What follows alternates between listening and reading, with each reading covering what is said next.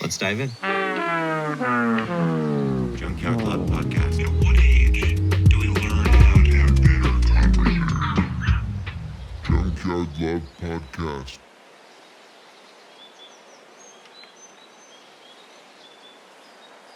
Five, four, three, two. Well, welcome, Cristine. Thank you for your time. I would like to start with kind of the elevator pitch. I was just saying you have so much interesting in your background, in your work, in your history of things to teach and share about. What's the elevator pitch? Say we just bumped into each other. It's a long elevator ride. It's a 100+ floors, and I say, hey, what do you do? What are you into, Cristine? What would your answer to that be? Well, some of it I pick from where you are at, junkyard love, right? So the power of that, as both an emotional, which I call a vital body solution, and a spiritual or quantum body solution. So that's, we can go a couple directions there. Mm. But love is an answer. It's a solution for sure. Okay, and you study love. You study. I mean, you already Well, I mentioned study quantum. the four bodies. So a ebook I have available for people is Four Bodies, Four Medicines. And so when you talk about the heart, on a physical level, the heart, obviously, there's medicine, right? I'm not a cardiologist, so I'm not giving any of that advice today. But I do have a degree in natural medicine and understand that if stuff's showing up in your physical body, it typically has to do with what's going through your vital body, your mental body, and your quantum body. So those are the other bodies in the four body model. So there's a summary of where we could go. Okay. in this discussion. Okay, Yeah. I definitely want to explore more of the specifically quantum, but I think even just starting out with, seeing our bodies and who we are on 4 different levels, 4 different Yeah. planes. So how is Uh-huh. that important? Normally we go to the doctor and they see us, they check out the physical level. Like Yeah. they look, what do we see? What do our tests give us? What's the data? What Yeah. are the more expansive ways of understanding ourselves, our body? Well, so I did another podcast where we talked about, some people question anything that's not physical. Like give me the evidence, like how do I know that there's this thing called spirit or, that there's an essence to your like you've got chakras or you've got, something that you can't see. And, there's the analogy of the wind. So, we're talking about the weather. Well, how do you see can you see the wind? Like if you look outside, can you see wind coming by? No, you can see the effects of the wind. So you look to see, are the trees blowing? Is there paper coming up from the ground? Is that, are the clouds going faster than normal? So you see the effects of the wind. And that's the same thing so the wind is basically the physical body. Well, sorry, the wind is actually the spirit. The effects are the physical body. So we see the effects of that, in our body from what has been going on at the invisible level. Right. And so these are a couple of the levels that you understand the physical body. Let's back up to even more of how you even got to understanding these things. Did you have a history? I mean, I know this, but my listeners may not. Can we talk a little bit about your history of kind of understanding your own body and diving more into these things? Well, yeah. So I had a chemical imbalance growing up, and that showed up for me as chronic depression, like almost incapacitating anxiety. I barely got to school in junior high. I had so much anxiety, peer pressure, things that were just like beyond, I didn't even talk about because I was, so blocked in my ability to process and get through that. And so I actually turned to substances by the time I was in high school. I just basically kind of thrown my hands in the air. Like, I just don't think I'm ever going to get better using what I know. And so I went to unknowns and to, even no-nos to try to self-medicate. So I found that it did change my brain to, and I went on this quest to find the substance that,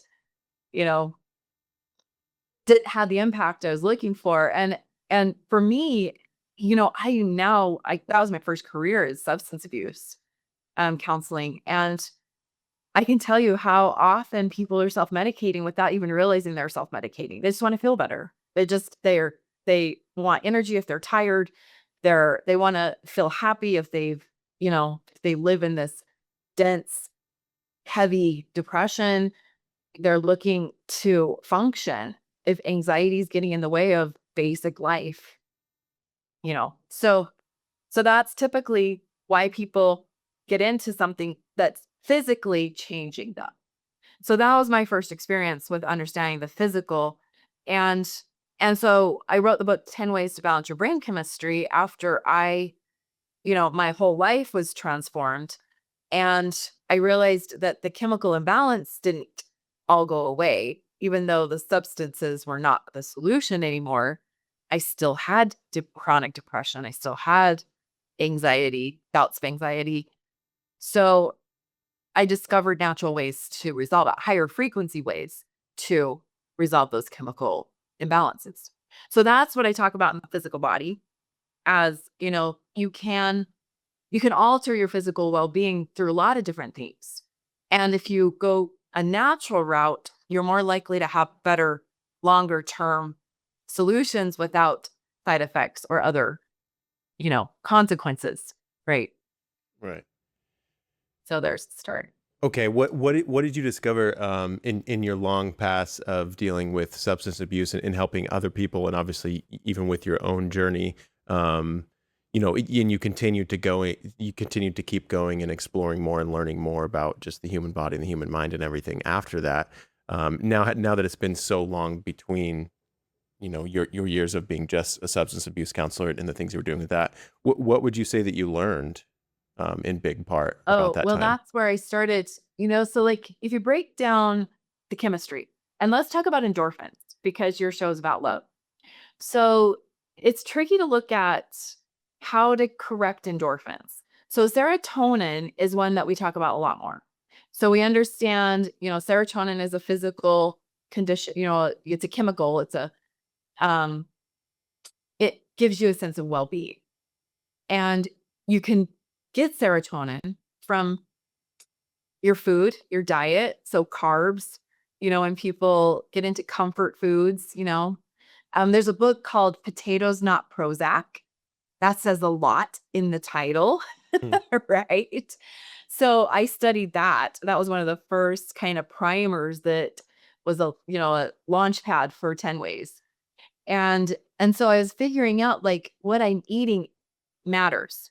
And the carbs I was going to were actually causing my depression because I had a wheat sensitivity, which we see a lot more now. So this was in the 90s when I was figuring out my brain chemistry. We weren't talking about gluten-free then, but it made a huge difference for me to change my diet. But how would I know that, right? So that had to be kind of informed through a higher source. And I was also on a spiritual journey at the time. And so what I found is that I can actually be led to solutions in my physical well-being through like a higher source, a truth that if I aware and open to it, can come through. And so that was important. So that's the serotonin side. What I figured out also in this journey is that it wasn't really the serotonin that was out of balance for me, it was the endorphins. And it also talks about that in Potatoes, Not Prozac. It's, explains that the serotonin is influenced by carbs and, comfort foods, but the endorphins are influenced. I'm going to see if you can guess. And it stands for inner orphan, which is like morphine, right? Endorphin. So this is like your pain receptors and feel good chemistry, but highly addictive, like narcotics. Do you know the food group that fits with this? It's not really a group. Oh, like alcohol? Close. Alcohol affects GABA levels. Okay. Sugar. Oh, yeah. So figures, on okay, the yeah. continuum of narcotics, sugar's actually on that continuum. It's a narcotic. Isn't Yeah. that interesting? And so that made so much sense to me to understand that I was addicted to sugar as a kid, and it's just one of those like so many people try to get off of it, and you go through like serious withdrawals. Isn't that wild? Yeah. Mhm. So that's been a battle for me, is to be the master of my endorphin, pathways, and not let sugar take over, or cravings, that type of thing. Right. And So you went through this journey of discovering like what different substances even are. So it wasn't just like alcohol or drugs or whatever. You discovered even just addictions to food, addictions to did it expand into more like, understanding addictions to patterns or even like our relationships with one another. I think I've kind of heard you yes. mention things like this on podcasts.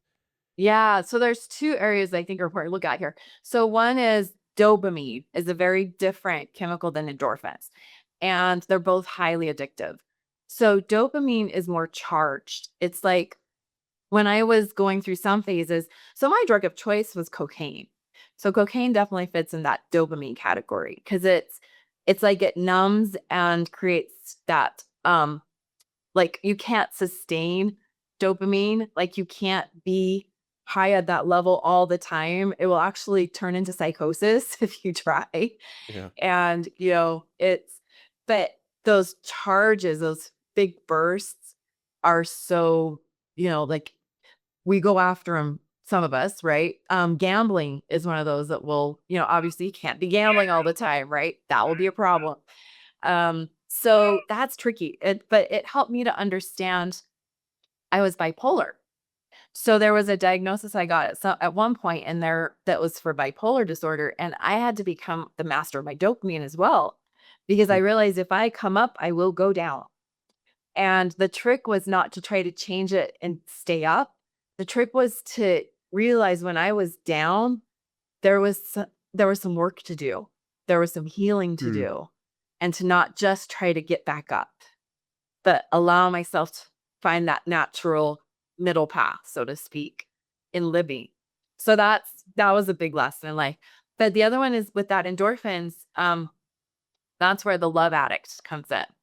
So the, sugar is the chemical or the physical, I guess, fix with endorphins. But on the emotional level, it's typically we're seeking love. And that for a lot of us is romantic love, or some kind of sense of like belonging, or security from, that it's like a warm, fuzzy kind of thing. And it's not necessarily wrong. So one of the things I found in this whole process is, I call it the spiral. So the spiral includes things that you want to do abstinence with on the outside, which heroin probably not a good idea on the endorphin, continuum. Probably going to let that go, going to do abstinence from that one. But the next layer of that, a spiral that goes inward, is moderation. And so what I discovered is I had to find a way to do moderation with this relationship or romantic craving. And, you get into the honeymoon, and you want to stay there, and then, it fluctuates. And so some of that is moving past the addictive nature of love and into the third part of the cycle, which is attainment. And attainment is doing the work to have longer term real solutions.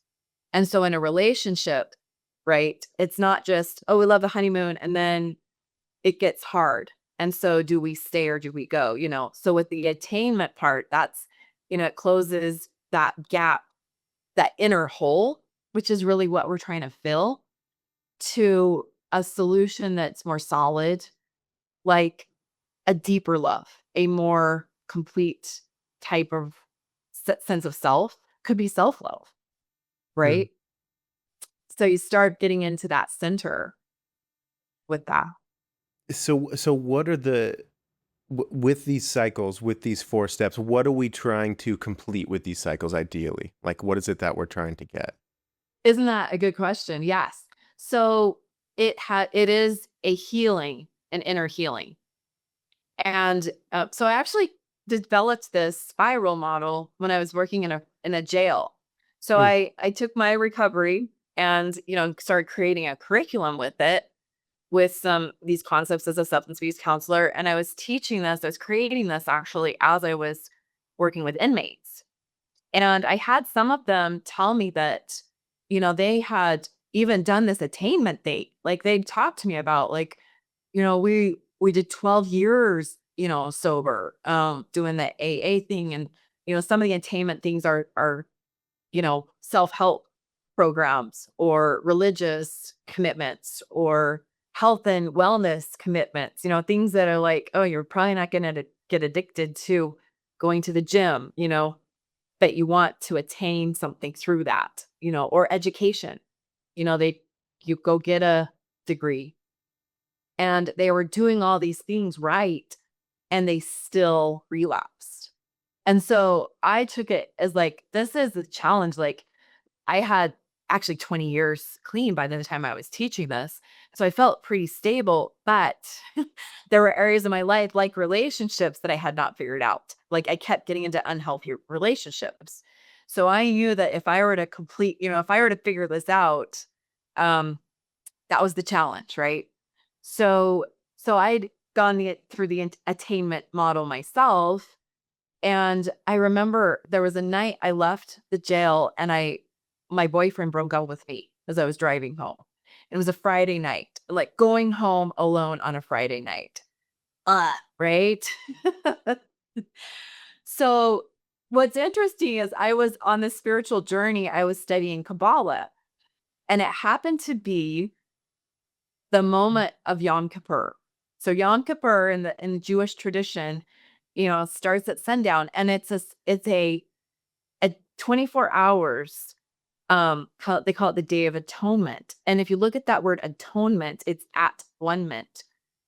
It's a devotion after Rosh Hashanah. So you've done 10 days of deep diving, excavating your past here and where you could improve and what amends you may have to make or changes in your life. And this 24 hours, typically people dress in white, they be fast, and they don't work or, maybe engage in regular life stuff. And they just spend that 24 hours in like divine connection. And I got home and realized like, okay, well, I guess I don't know what this means, but I choose this. And I remember I was lying on my couch and the sun came down. I mean, it's like Yom Kippur starts at sundown. And I remember there was this light that's almost like it entered like a shaft through the top of my head, and it poured through, it felt like my spine. From head to toe, I felt light enter me. And that was the solution. So the solution of this spiral is at this center. Really, all that matters is that you are whole and complete through a divine connection. And you bring your whole self to it.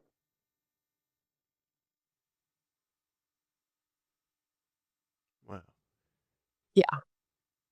Okay, can I ask? I'm not sure what language you typically use for this now. Do you call this a Kundalini awakening? Obviously, spiritual awakening is probably a terminology you've used, but have you delved into Kundalini I have. as well? I love Kundalini. Yeah. Did you So consider that an awakening in itself, or is that just another Kundalini related experience? Or Kundalini was very supportive of, there was a phase in my life where um my healing journey was very much influenced by it. And Mm. my experience with that, though, is that the Kundalini was more about making corrections in my vital body. So the vital body contains the chakras, meridians, and your arc fields. And that's a layer of us that is very much neglected by Western medicine, but important in influencing the physical self and connected to the quantum self. So yeah, so that's where I would place Kundalini in that very effective vital body tool and, process to to clear and strengthen the vital body. Yeah. Sure. Okay, so when you had your first kind of initial awakening, would you say? I mean, have you? I'm not sure if I asked you. Have you always had some sort of spiritual side to you? Would you say? Where did you grow up? In a religion? Were you always spiritual, or was this kind of a later in life awakening? That's a great situation? question. Okay. So I grew up in a religion, Christian based, and I followed as much as I could with it. But like like I just shared, my chemistry was not working and religion didn't fix it. Mhm. So I left religion in my, path with substance use. But here's what's kind of cool. So, and I'm going to release my recovery story. So I don't want to give it all away because that's going to come out. So it's called Yearning for Freedom.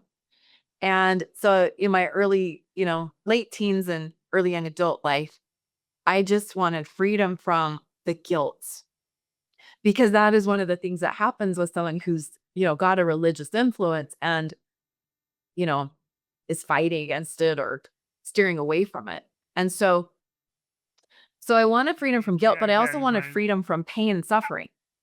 And, I just thought if I would just find this, it's got to be out there. I was looking definitely outside myself, but not only outside myself, but down, frequency wise. It was like I was not looking up.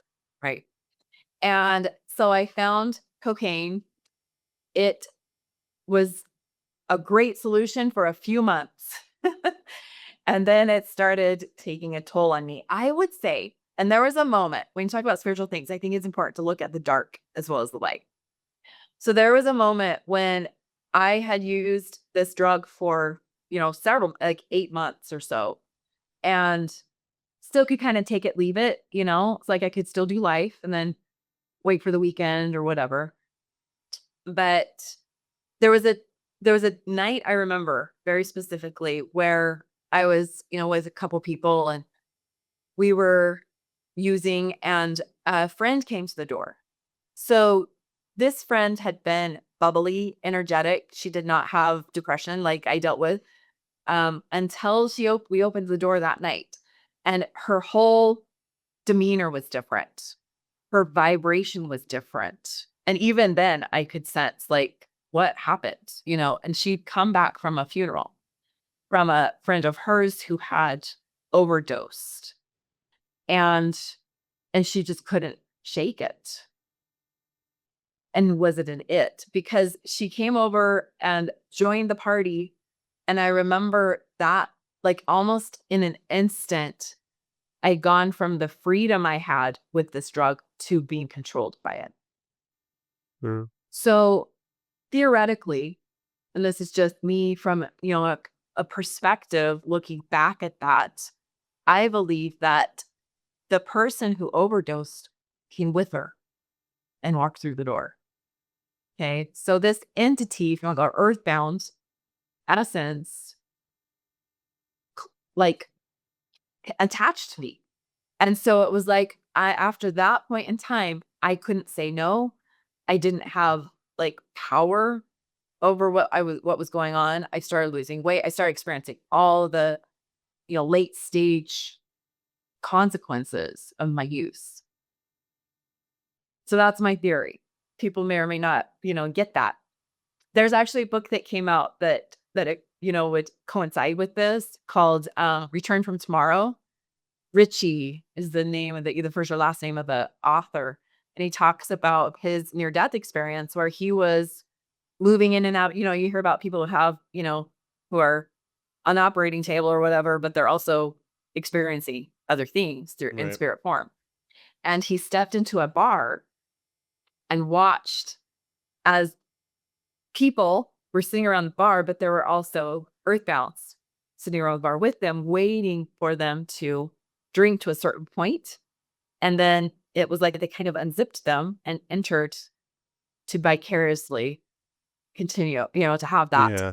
experience. Isn't that interesting? That's a very interesting way to look at it. I feel like it coincides with my experience as well. I mean, back Wow. in my days of drinking and partying and nights of cocaine and that sorts of thing, I feel like Yeah, that's a very interesting way to look at it. So what do you think that is? I mean, do you see that as a positive way, a positive perspective of addressing these things that people are dealing with? Like, how can you spot it? Like, if someone comes to you nowadays and, maybe they have one of these entities that's kind of hanging over them, and maybe, I mean, what's your approach if you do deem that's the case? How can we shake off these So entities, so to yes, say? so this is actually where we start talking quantum beings. And so in quantum university, they actually refer to this as perverse energy. Hmm. And so you're working at the spiritual level with the healing process. Sometimes it's generational. So I've had clients who have, it's like they're they're affected by something that's always been there. And as we tune into that, and I use a lot of intuition with this. Like sometimes I'll just know, like it's, you know, like it's an ancestor, like their great grandfather, whatever, and or grandmother, and I'll say certain things, and they'll be like, "Oh yeah, I've heard that." Like my mom's mom had depression or whatever, right? And so sometimes I'm actually doing therapy on both. We invite Yeah. them to stay and experiencing the healing. Yeah. So that's quantum stop. And Kundalini is really interesting when you say that. My first Kundalini session when I went to it was actually geared towards addiction release. So the Kundalini series I went to was done by a gentleman who was using it for addiction recovery as well. And I remember starting the process and doing the tuning in and different things. And I experienced my grandfather. Like, I'm like, wow, you know, Hmm. and what I did in that Kundalini session actually cleared something for him. He had, um, he'd passed away with a lot of heavy emotion. Like we knew that he wasn't well when he left. So it cleared it. It was amazing. Hmm. So that's one approach. I do other energy healing type techniques with clients. But there are ways. So when you're working with the vital body, it's like a bridge between the physical body and the quantum body, if you want to call it that. So that's important. It's denser than the quantum, but it's higher, it's a other dimensional than the physical. And you have success being, I mean, obviously it's very intuition based, but is there like series of other more commonly known psychological techniques? Like I've heard you talk about tapping and EMDR and these sorts of things. So do you kind of use various different types of psychological treatments to kind of feed into your Okay, intuition of so what needs to happen next? Or yes, you mentioned. Okay, so EFT is the tapping technique, emotional freedom technique.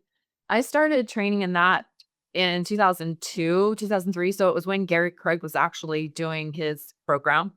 And I went through all of his basic and all of his advanced. I loved it. And I actually was in a career at the time where I couldn't use it. And it inspired me or motivated me to get into private practice so I could have the freedom to use it with clients.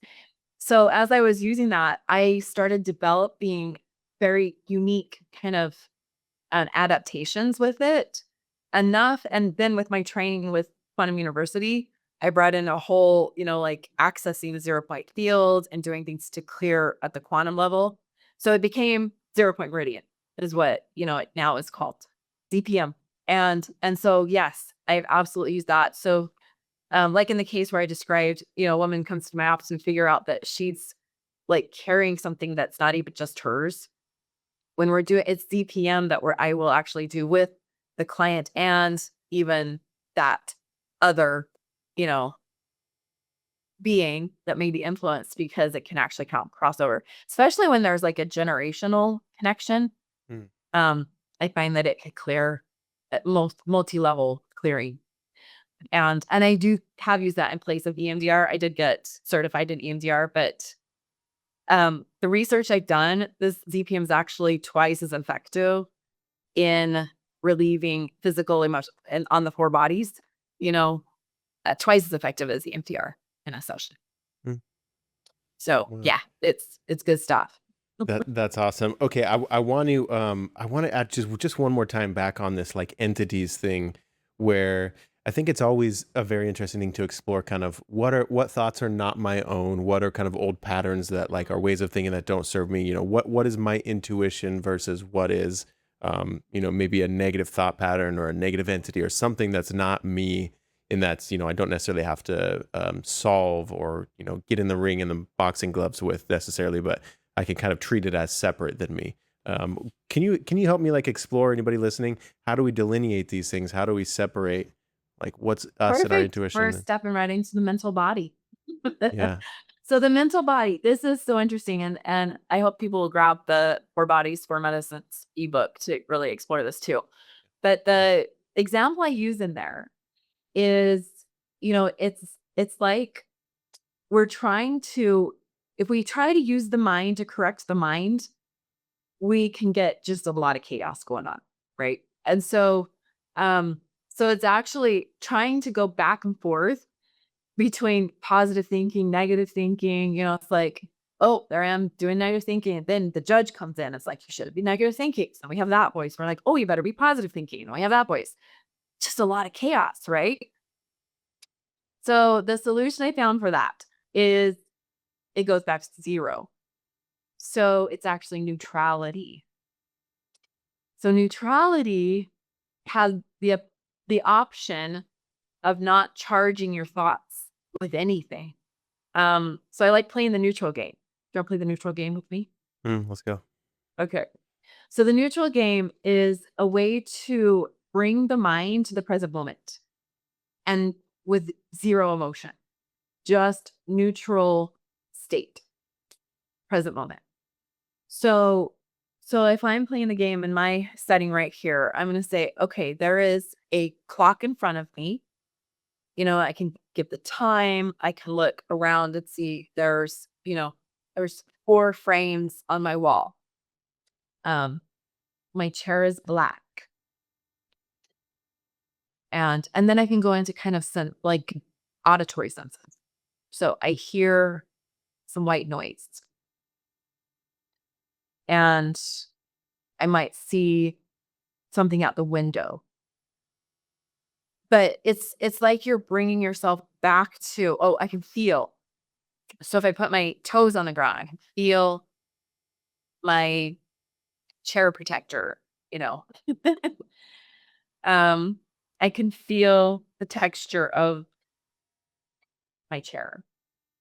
And so you can see it's kind of like you have to slow down to be able to identify the experience, and you avoid, like qualifiers or adjectives that add emotion to it. The goal is to just be. Like there are 4 drawers. The water bottle is blue. I smell. You could do a smell. You have smell. Interesting. So can you see yourself doing that in your room? Mhm. But you can do it when you're driving. Hmm. Because a lot of times I know when I was driving, I had a commute for a while, and I'm going to some headspace stop. Mm. And so just practicing this, the sky is blue. There's a white car in front of me. Turn off the radio, and just be in the silence. Yeah. And the trick is you're actually changing your neural pathways with it. Like a mindfulness exercise, basically. Yeah.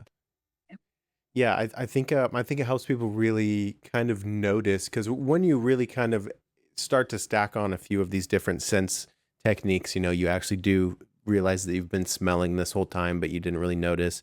And you have the taste of, you just brushed your teeth, or you have the taste of coffee, or you have the taste of whatever in your mouth.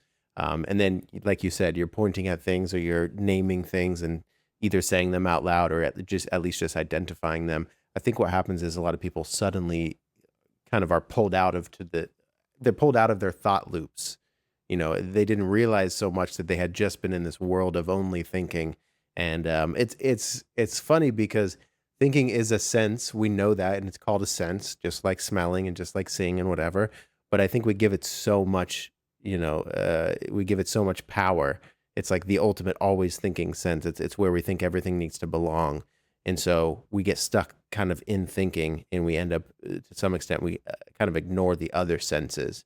And I think that's where the thought loops and kind of like the old patterns can take place when we're stuck in just the thinking mode. Yeah. So mindfulness is a way in to the present moment. And so it took me a while to get to meditation as a practice of stillness and silence. And so for me, my mind was so busy. The first thing I got to do was yoga. And so and it was so divinely, like, I knew it was God because I would have someone, and it's so sad it took me so long, but I had to be with people for almost a year to get it. So I was actually supporting a woman in recovery, and I would, support her with principles. And then she would tell me, oh, you should go to yoga. And she would ask me every week, have you done yoga? And by the time, like, we worked together for several months, I was like, I have to go do yoga so I can at least answer yes. So I got the book by Baron Baptiste, Journey into Power. And that's how I started. I didn't go to a yoga studio. I just started it at home. But reading his book, it was like I was compelled. I was like, oh, this is a solution. And he talked about the gap between stimulus and response. I remember that. And basically he's talking about the power we have to change our neural pathways with a pause. And that when you use your body as part of that process, it's so, like, there's something to it that you can't just do with your mind. So it's definitely the mind-body connection where it's like critical for me. I do not go a week without yoga. I probably could do it more often, but I at least get there. And I do go to studios now, and I like the slower paced Mhm.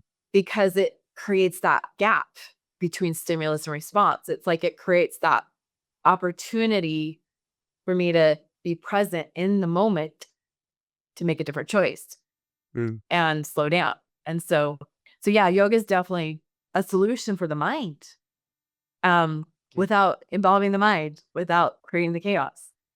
Yeah. Yeah. And yeah, yoga is so satisfying on every single level. It's such an enjoyable thing. I mean, even just doing 20 minutes of yoga from YouTube a day, or if you Yeah, do like a Zoom you're class right. or something, I mean, it's so nice.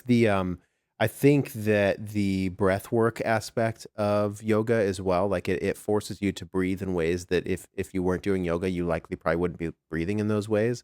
And I think that's ultimately, massively helpful for us as well. It was certainly a part of my journey was yoga as well. And the breath work side of things and learning how to kind of be at one with my movements and breath and things like that would put me in these just delightful states, really helped a ton. Cristine, I have to ask you, this might be a selfish off trail, but I've mentioned that you have gotten into transcendental meditation as well. Yeah. I love TM. I like meditation just generally as well, but my daily practice is still the 20 minutes, the mantra. I still just love that one. You It do seems, it. yeah, That's awesome. I still do it. So I want to ask about your experience. So maybe assuming that a listener hasn't really even heard of TM, can I just kind of hear a little bit about your journey with transcendental meditation? Yes, for sure. So, okay. So I'm going to tell you about my whole journey with meditation though. Excellent. So here's where I started. So I did my yoga, got that down. And then I knew that I was meant to explore Eastern meditation. So my first glimpse at that was actually a movie called Doing Time, Doing Vipassana. So, and I don't know how I came across it. It was like, okay, real meditation looks like Vipassana.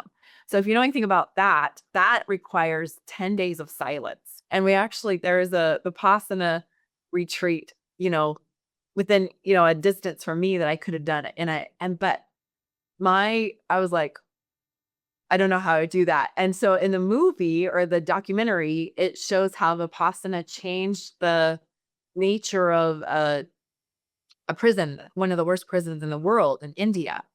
So which of course it kind of makes sense that, you'd see more Vipassana in India, but anyhow, I guess apparently they weren't all practiced in it. And so they brought it into the prison and it transformed the inmates to where it reduced the general issues. It created better dynamics with them at the guards. It was like really transformative. So I thought that was so interesting. So I did a teaching of, I was teaching about principles around Eastern meditation, and I did this on 11/11/11. So I did something, and it was at 11 a.m. Okay, so I'm all about the numbers. So so November 11th, 2011, I opened this door in a big way, and I understand the 11s are about doors and all kinds of cool stuff. But I went on record saying, I hope I do not have to go to prison to learn how to meditate. So it felt like a prison concept to me. Like I couldn't imagine 10 days of silence unless there was nothing else to do. So go from there to um, later I encountered a former Buddhist monk who sat with me, and I had not been able to get into silence and stillness. So he worked with me, and in this work with me, he taught me Mahasati, which Mahasati meditation is a movement-based meditation. So it's like a transition between yoga and meditation. So you can do it sitting, it involves some arm and leg patterning, and so I was working with that. And then we started talking about my deepest fears. So I had this fear as I worked with him that if I were completely silent and still, that it wasn't safe. Okay. So it's kind of like, it would mean and I actually could associate it with non-existence. And somehow I had this fear that my deepest fear was I would cease to exist. And the more still and silent I was, where I feel like I fell into that fear. So the doings and the active motion was like a survival mechanism for me. My subconscious felt like I was alive and I existed as long as I was doing. Being wasn't as safe because it at some level, and it has to do with that emptiness and then me or something. It was like I would fall into the black hole of nothingness. So I worked with him on that fear for a while. And through that, I was able to grasp zero. So when we talk about that neutrality, there's something beyond that on a quantum level that is actually the 0 point field, where all energy is removed from a system. It is actually a ceasing of all. Okay. So this thing that I was so afraid of, I actually had to move through it. And in moving through it, I found, and some of this was through quantum entrainment. Dr. Frank Kinslow is an advocate of this pure awareness. And he talks about this, kind of like this transition from the 0 point field to the unified fields. And there's an amazing teacher of transcendental meditation that also talks about this, John Hagelin. So John Hagelin is a quantum physicist who is also a transcendental meditation teacher. And he talks about the same kind of thing. So there's like this, the big, dense 3D, 3D stuff, like a chair. Okay. And, Dr. Kinslow uses a chair. And then underneath that, you've got molecular composition in case of the molecules. Then you've got the atomic, then you've got the subatomic, you've got the particles, you've got the quantum weight. And then when all of that's gone, you've got the 0 point field. But adjacent to the nothing is the everything, is the all. So in Buddhism, that's also a principle that the empty bowl, the Zen, if you take everything out, including ego, you have the potential for all, the vastness of source to enter. And so I started to get this, and I started to recognize that black hole fear was really just a tunnel to the everything, or a transition place. And so it just was really interesting. So all this had to kind of occur on a quantum level with me. I actually created a technique, a meditation practice based on all this information that I learned from this. And it's called quantum wholeness meditation. So I actually developed that. Then I went to do TM. So then I went to do transcendental meditation. And there's a teacher here in Salt Lake. He did mention that there are more billionaires than TM teachers. And I thought, isn't that interesting? So it's a rare thing. There's only one in Utah, and I just felt really privileged to have that experience in real life with his, wisdom. Learn about the Maharishi Mahesh. I still am Yeah. very much a fan of. That led me to other solutions.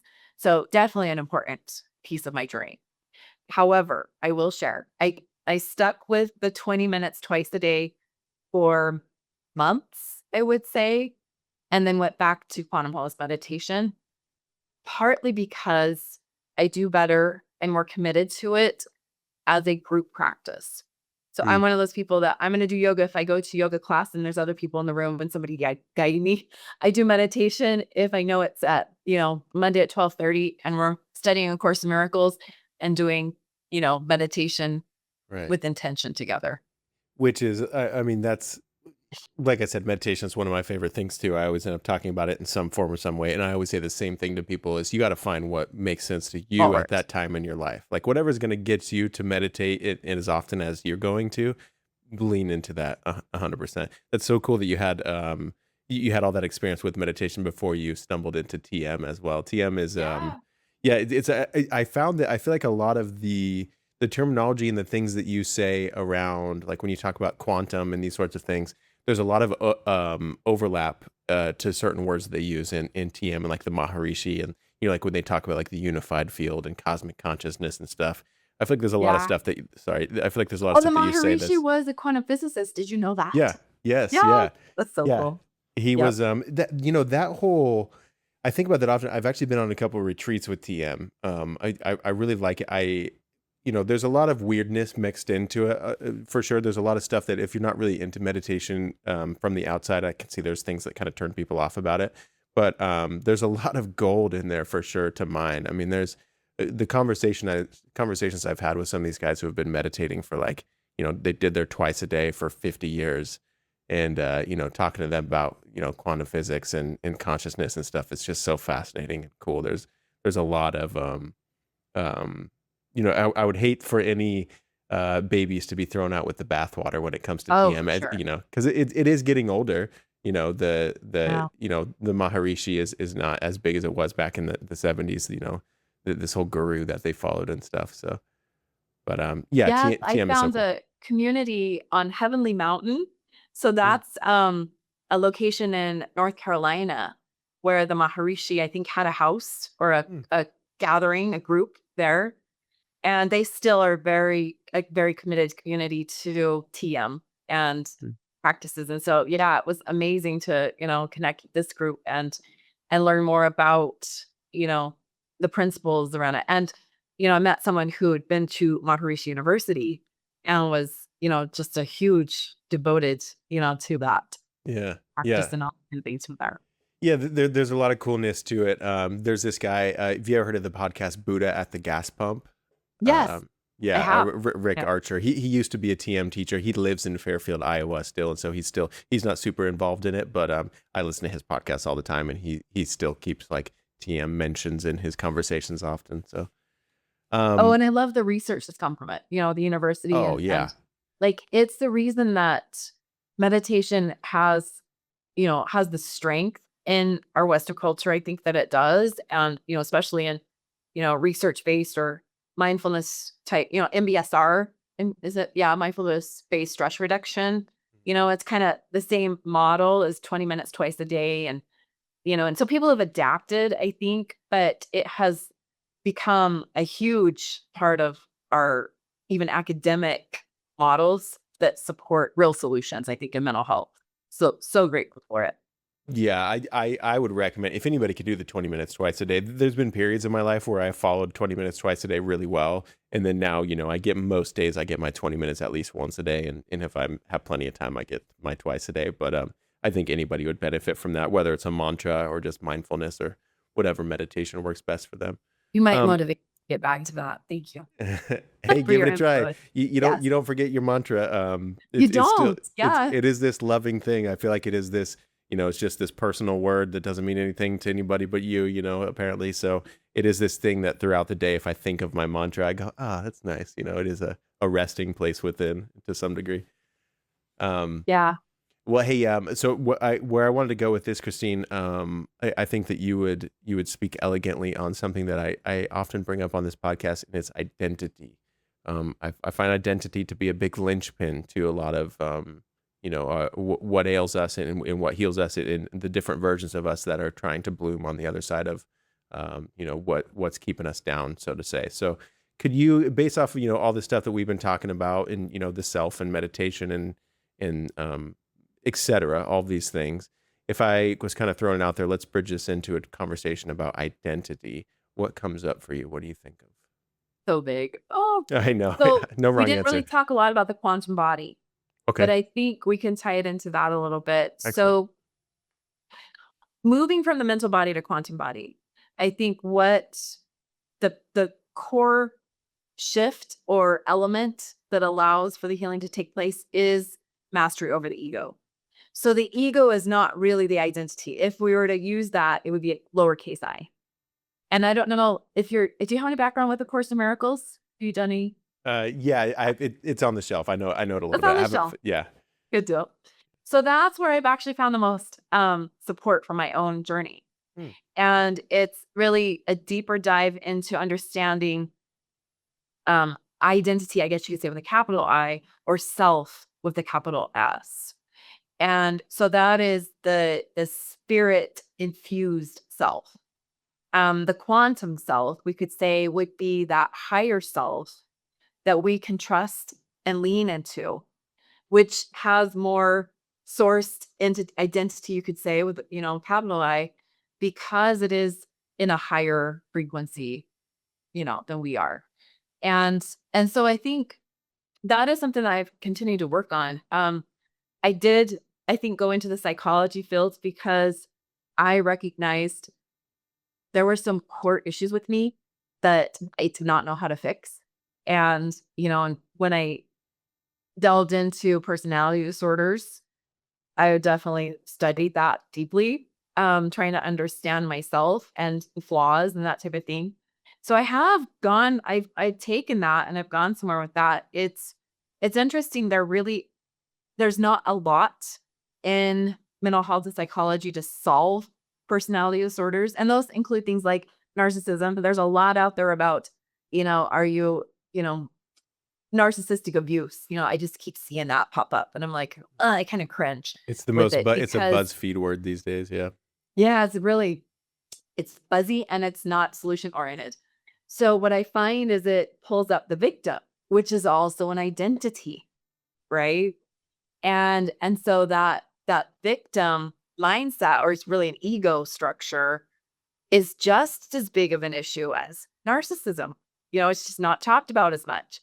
There is definitely structures around borderline personality disorder, and that's so tough that, you bring that up in the field of mental health and, you watch the therapist turn and be like, oh, I'm full, yeah, I have a waiting list.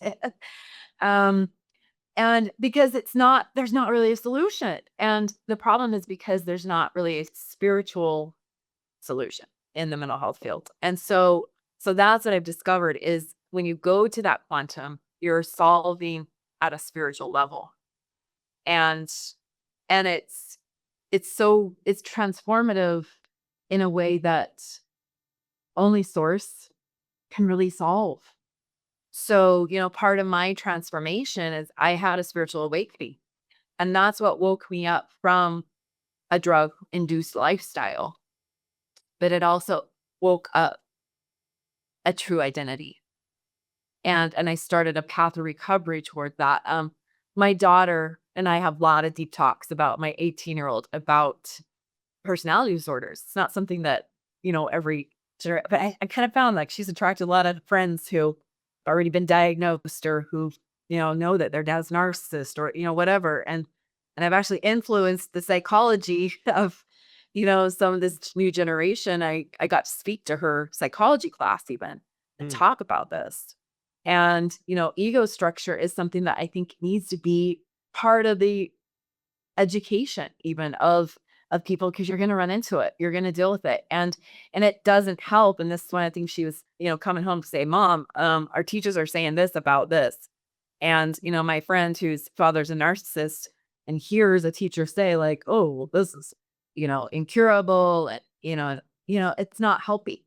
Right. So understanding that there is a solution, it just doesn't look like a pill. It doesn't look like talk therapy, but it looks like a spiritual transformation. That's the answer. And so, I mean, is there this? I know this is a complicated question. Is there a way to intentionally induce it? That's not, I mean, I know we have psychedelics. There's things like ibogaine treatments and things like these that are more and more popular. Ayahuasca, whatever's happening in that world.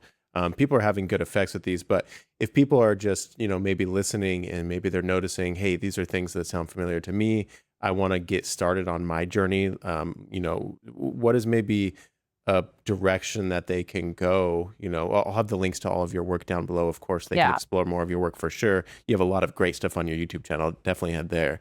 But what's something maybe they could try if they're listening and this sounds like right up their alley or similar to So I them? do have something called the Quantum Solutions Masterclass. Hmm. And I include an ego structure component to that. So it like walks people through. If they want to go deep dive in it, I Awesome. talk through all the cluster B, cluster C personality disorders and talk about what a spiritual solution looks like. Hmm.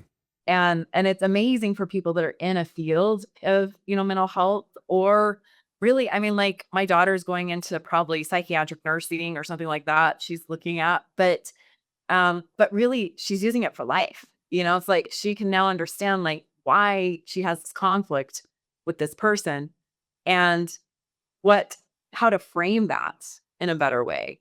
And yeah, so it's deep dive stuff, but Yeah. I think your listeners are ready for it. Oh no, definitely they are. Yeah, if you're listening to this, you're down to explore some of all of this stuff, really. So that would be down below. We are getting up here in time. I kind of want to end it with one thing I had. I was just kind of glancing at my notes. There's so many things I could talk to you for so long, Christina. I feel like you just doing some exploratory work on you on other podcasts and you on your YouTube channel and you on your website, just kind of what you've covered before. There's so much cool stuff. So everybody, if any of this has intrigued you, explore more of Christine. But where I want to send us off with is chronic pain. You've kind of briefly mentioned this. If someone is coming to you to try to think of like, why would the spiritual approach or why would the kind of quantum approach be useful for not quantum, but chronic pain? What Chronic are pain. Yeah, what are our relations with this chronic pain? Question mark. Throwing that over to you. So pain is tricky. I didn't get into this, but you asked a question that made me think of the pain body. And so I want to clarify, like Dr. Or is it, no, just Eckhart Tolle, I guess that's what he Mhm. goes by. So Eckhart Tolle talks about the pain body. And it was during this time that I was trying to understand my ego, that I was also studying, I was like doing some work with meditation and Course in Miracles. And I was also studying Eckhart Tolle at the time.